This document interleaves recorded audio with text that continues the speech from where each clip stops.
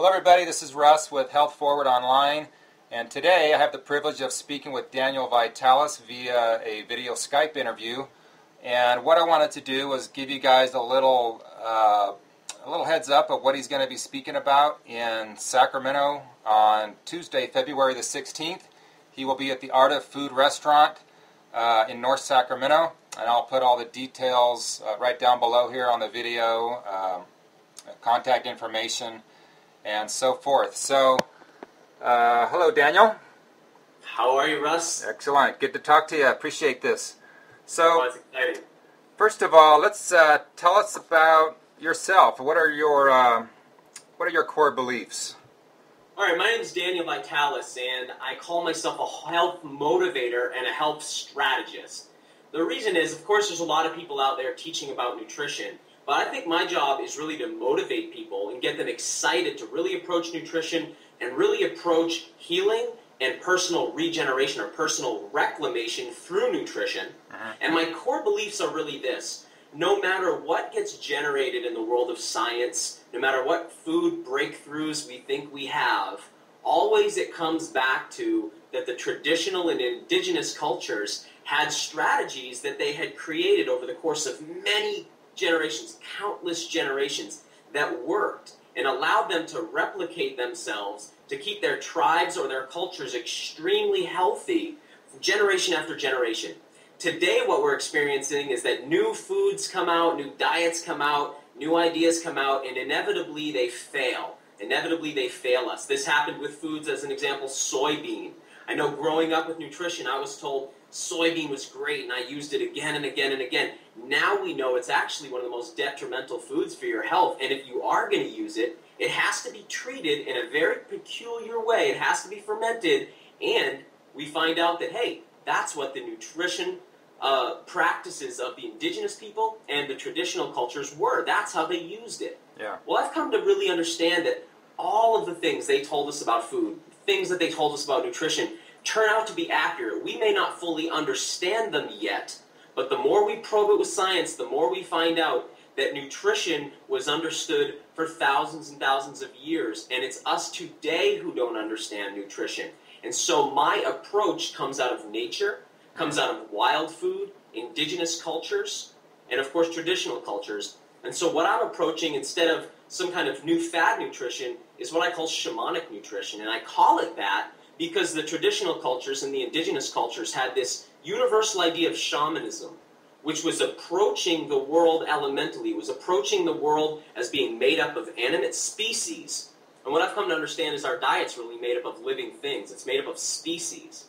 And I'm going to be talking a lot about getting to know the species that you eat.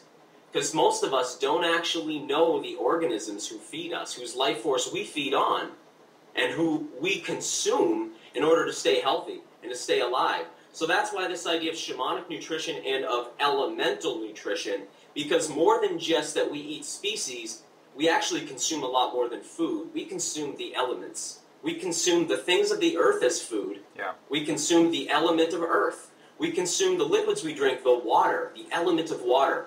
We consume the air that we breathe, and again, the element of air. And we actually consume fire, and that's the light of the sun. Our real nutrition strategy, our complete nutrition strategy, is actually elemental. And when we only look at food, and when we start to narrow down on the only foods we allow into our diet, we get this very narrow vision of nutrition.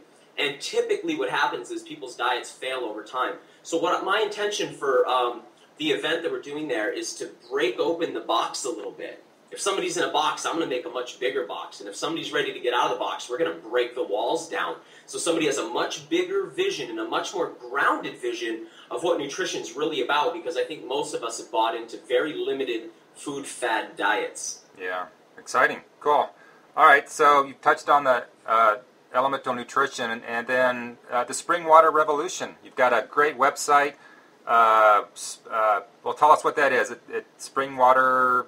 Findaspring.com, I think it is. So, yeah, for many years, it's occurred to me years ago, we're made 70% of water. And most of the water people are drinking is processed. Now, today, a lot of us have finally come to understand that processed foods are detrimental to our health. We get that now. Yeah. There was a time where people were really excited about processed food. It actually meant you were wealthy. You were coming up if you could afford processed food. Today, we understand processed food is damaging to our bodies. People haven't begun to realize yet that processed water may be even more damaging to our bodies because we are mostly water. Yeah. You're a liquid organism. You're made of the water you drink. The water that people are buying in bottles has been processed.